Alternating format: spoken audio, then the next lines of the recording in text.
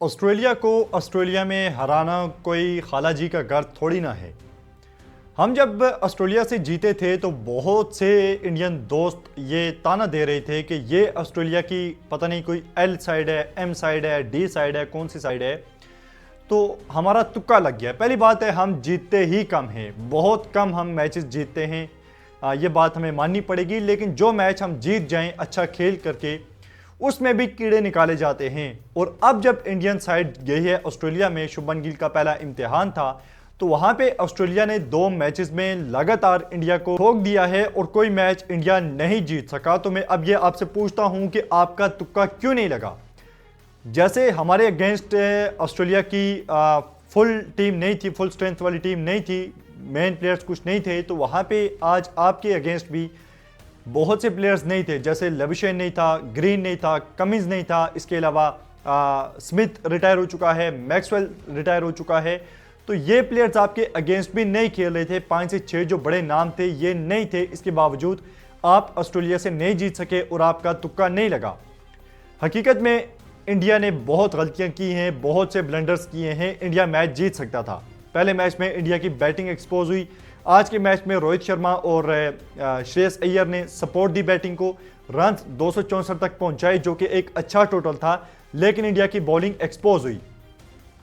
हर्षित राणा की जिस तरह से धुलाई हुई, 8 ओवर में 59 रन दिए और बहुत धोया ऑस्ट्रेलिया वालों ने हर्षित राणा को। और समझ नहीं आती कि हर्षित राणा में ऐसा क्या है कि इंडिया इस प्लेयर से जान नहीं छुड़ा पा रहा। बात करें अगर बाकी देख लें कि शुरू में 2 विकेट्स ले ली थी जो मेन प्लेयर थे, मार्श और हेड। मार्च को 11 पे और हेड को 28 पे आउट कर दिया था हर्षित राणा ने और साथ में सिराज ने। लेकिन जो गलतियां की इंडिया ने वो ये कि यहाँ पे 2 कैचेस ड्रॉप कर दिए, मैथ्यू शॉट के आसान कैचेस। पहले 23 रन पे मैथ्यू शॉट का एक आसान कैच अक्षर पटेल के हाथ से गिरा, उसके बाद 50 के बाद भी एक कैच ड्रॉप हुआ और मैथ्यू शॉट 74 रन मार के गया है। यानी कि जो टॉप पे खतरनाक बल्लेबाज थे मार्च और हेड, उनसे इंडिया ने छुटकारा पा लिया था। लेकिन रन्स को उनके मार के जा रहे हैं। आप देख लें रन्स मारे हैं जी कुनोली ने 61 रन्स। ये कुनोली हमारे अगेंस्ट भी खेला था लेकिन इसका बल्ला बिल्कुल भी हमने हिलाने भी नहीं दिया था। और उसके बाद आप देख लें कि मैथ्यू शॉट ने 74 रन्स मारे हैं। इसके अलावा रेंशा ने 30 रन्स मारे हैं और मिचेल ओवन ने बड़ी ज़बरदस्त इनिंग खेली है, 36 रन की 23 बॉल पे। और जब रिक्वायर्ड रेट 6.5 का था, उस रिक्वायर्ड रेट को वो 5.5 या 5 पे ले आए थे। तो बहुत गलतियां हुई, जो कैचेस ड्रॉप हुए, हर्षित राणा ने जिस तरह से रन दिए, तो ये एक बड़ी वजह है कि इंडिया मैचेस हारा है। और ये जो शुभमन गिल का इम्तिहान था पहली ओडीआई सीरीज में, इसमें वो फेल हुए हैं।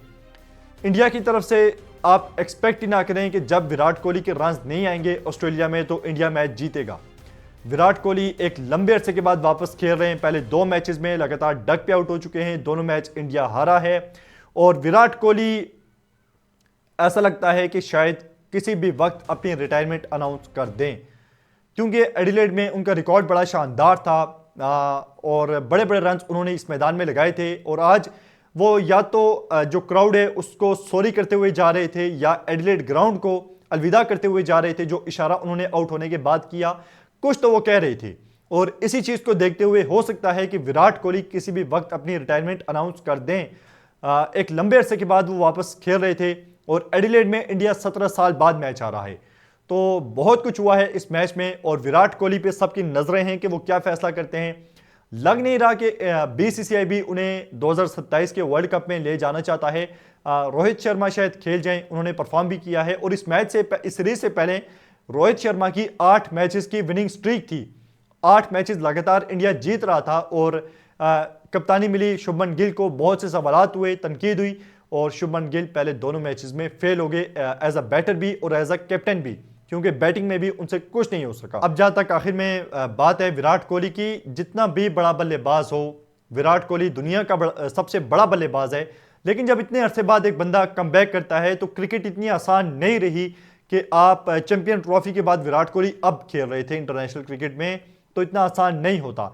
और विराट कोहली आप देख लें कि आउट किस बॉल पे आज हुए, वो जो उनकी फेवरेट शॉट है, पैड पे बॉल, कभी कोई बॉलर सोच भी नहीं सकता था कि विराट कोहली को करके आउट करे। और विराट कोहली उस बॉल को बाउंड्री से बाहर ही फेंकते थे। फ्लिक शॉट विराट कोहली का फेवरेट शॉट, लेकिन वहां पे विराट कोहली आज पकड़े गए और क्लियर, मतलब एक इतनी मुश्किल बॉल नहीं थी जिस पे वो आउट हुए, यानी कि जो उनके रिफ्लेक्सेस थे वो उस तरह से हमें देखने को नहीं मिले। तो देखते हैं कि विराट कोहली अपने करियर के बारे में क्या फैसला करते हैं। बात वही है कि जब हम जीतें तो आप तब भी थोड़ा हमें अप्रिशिएट कर लिया करें, और आज आप हार रहे हैं, बेशक आपकी टीम बेहतरीन टीम है, लेकिन क्रिकेट है, किसी भी टाइम कुछ भी हो सकता है। और पाकिस्तान ने यह साबित किया है कि जितनी भी नीचे गिरी हुई ये टीम हो, किसी भी वक्त किसी भी टीम को किसी भी मैदान में पिछाड़ सकती है।